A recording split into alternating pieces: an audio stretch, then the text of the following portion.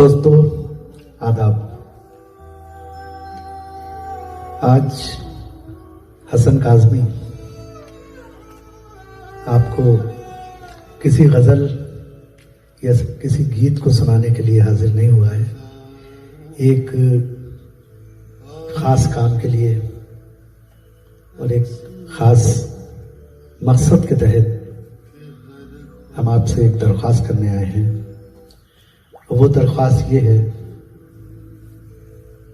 कि हमारे आप सबके छोटे भाई और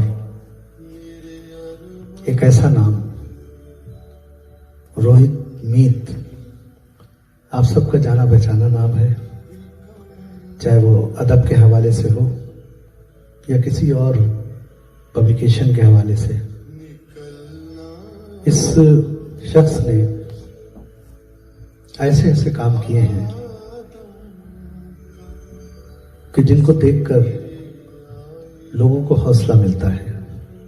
एक ऐसा शख्स जिसने अपनी परवाह ना करके, अपने घराने की परवाह ना करके, अपने दोस्तों की, अपने अजीजों की परवाह ना करके एक ऐसी दुनिया आबाद की है जिसमें उस दुनिया में कोई जाना पसंद नहीं करता, उनके अपने नहीं पसंद करते। वो किसी दोराहे पर, किसी रास्ते पे या किसी यतीम खाने में उनको दाखिल कर देते हैं। उनके बाद उनका कोई जिक्र, उनका कोई ख्याल नहीं करते हैं। एक ऐसे लोग जो नाबीना है, नेत्रहीन है, अपनी आंखों से कोई किसी भी तरह का कोई संसार नहीं देख पाते थे। लोग देखते थे, थोड़ा एहसास भी होता था, लेकिन फिर आगे बढ़ जाते थे। कोई उनकी इमदाद के लिए या उनके बारे में सोचने के लिए अपने आप को नहीं करता था। इस रोहित मीत ने उनके बारे में सोचा, या ऊपर वाले ने, मालिक ने इनके दिल में डाला कि इनके बारे में कोई नहीं सोचता, तुम सोचो। और उसी दिन से रोहित मीत ने उनके ऊपर काम करना शुरू किया। पहले हम लोग खुश होते थे कि चलो उर्दू अदब, उर्दू साहित्य, हिंदी साहित्य हम आप पढ़ लेते हैं, उन तक किताब पहुंच जाती, किताब के हवाले से हम उनको रोशनास हो जाते हैं। लेकिन ऐसे लोग जो सुनना चाहते हैं, देखना चाहते हैं, उनको अपने अंदर जज्ब करना चाहते हैं, ये चीज़, ये क्वालिटी हमारे नाबीना दुनिया के लोगों को नहीं एहसास था। उसमें बहुत से लोगों को बड़ा ज़ौक़ था अदब का, शायरी का, मीर का, गालिब का, जोश का, जिगर का पढ़ने का, लेकिन वो मजबूर थे या कोई उन्हें सुना दे या फिर वो उनके बारे में कुछ बता दे, तभी उससे रोशनाई, या वो किसी सिंगर के ज़रिए या फिल्म के ज़रिए वो चीज़ उन तक पहुंच पाती थी। बस उतना ही वो जानते थे। लेकिन रोहित मीत ने उन्हें सोचा, और सोचने के बाद एक ब्रेल लिपि होती है, ब्रेल, उस ब्रेल को ईजाद किया और उसको अपनी उर्दू अदब में लाए। और ये एक किताब उन्होंने मुरत्तब की है, बहुत ही खूबसूरत, जो सिर्फ अंधे और नाबीना दोस्तों की खिदमत में उन्होंने पेश की, और वो उससे टटोल टटोल के उसको पढ़ते थे और मीर गालिब उनके अंदर समाते चले गए। ये बहुत बड़ा काम जो आप आज तक उर्दू अदब की तारीख में नहीं हुआ, हिंदी साहित्य की तारीख में नहीं हुआ। यही एक कारनामा इनका बहुत बड़ा है, जिनको तो पद्मश्री अवार्ड से भी नवाजा जाना चाहिए कि हिंदुस्तान में आज तक उनके बारे में किसी ने नहीं सोचा, और इस शख्स ने सोचा और उसको अंजाम तक लाया। उससे आगे बढ़ के जू में, जहां जानवरों का इज्तिमा होता है, रोहित मीत वहां जाते हैं और लोग जानवरों को देखते हैं, उनके बारे में जानते हैं, और जानने के बाद चले आते हैं, कोई नहीं सोचता उनके बारे में। रोहित मीत वहां भी अपने नाबीना दोस्तों को साथ ले जाते हैं और सोचने लगे, तो कहीं इनके बारे में कौन बताएगा, शेर के बारे में इनको बताने वाला कौन है। गाइड तो हर जगह नहीं होगा, गाइड उनको ब्रेल के, मतलब इनके नाबीना लोगों के साथ तो नहीं जाएगा, उसको पैसा सब मिलेगा वहां जाएगा, तो उनके लिए भी कुछ होना चाहिए। तो उन्होंने वहां पर भी, जू में भी ब्रेल का काम किया और वहां पर उनके नाम के बोर्ड लगाए, जिस पे नाबीना लोग जाते हैं, उंगलियों से हाथ फेरते हैं, उसे टटोलते हैं और पूरी तफसील उनके बारे में मालूम हो जाती है। ये भी बहुत बड़ा काम है। जू में ही उन्होंने एक लाइब्रेरी भी कायम की कि नाबीना बच्चे जो आते हैं जू के बारे में और इन जानवरों के बारे में जानना जो चाहते हैं, वो एक लाइब्रेरी कायम की जिसमें सारी किताबें मौजूद हैं और वो पहुंचते हैं वहां पर, और पहुंचने के बाद उस ब्रेल लिपि के जरिए उनके ज्ञान में इजाफा होता है, वो उसमें अपने जहन में बसा के वो चीज ले आते हैं।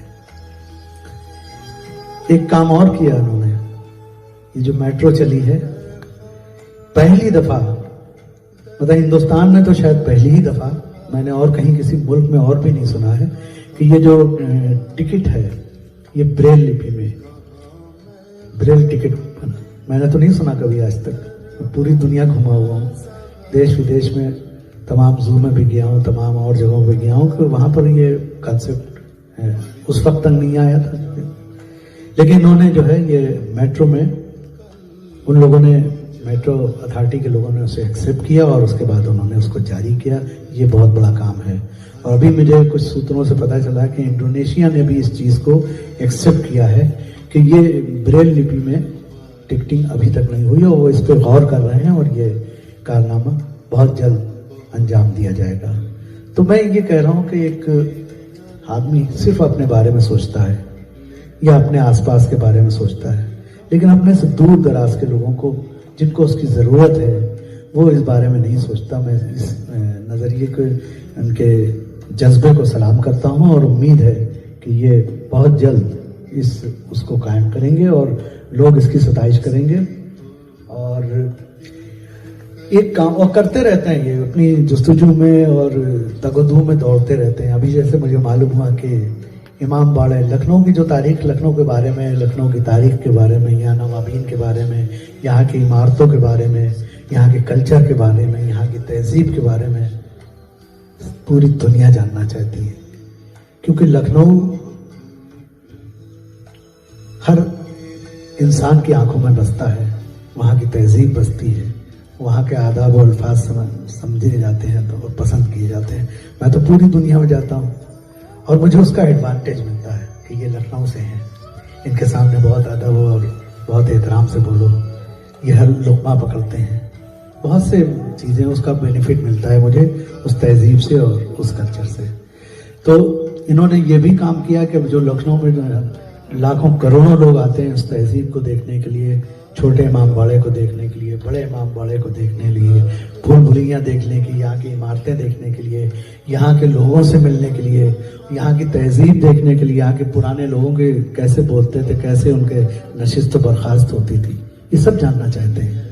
इस तरफ नहीं सोचा लोगों ने, रोहित मीत ने उसके बारे में भी सोचा। एक दिन इन इमाम बाड़े गए, छोटे इमाम बाड़े, तो वहाँ टूरिस्ट कुछ लोगों को देखा उन्होंने, नाबीना भी लोग आए हुए उस कल्चर से जानना चाह रहे हैं। वो जो गाइड थे, जो समझाने वाले थे आसपास के, वो अपनी पूछे तरह तरह के उनसे सवालात कर रहे थे। तो उन्हें बड़ी हैरत हुई कि यार यहाँ भी होना चाहिए, ताकि उनको इस इमारत के बारे में, यहाँ के कल्चर के बारे में मालूम हो कि क्या है। किस किस से पूछते बने, कोई अधूरी चीजें बताएगा, कोई बेतुकी चीजें बताएगा, पूरी परफेक्ट जानकारी जो होना चाहिए वो नहीं थी। तो इन्होंने वो भी काम शुरू किया कि कॉरिडोर बनाया वहां पर, बहुत जल्द उस पर अमली जामा पहनाने की कोशिश की जा रही है।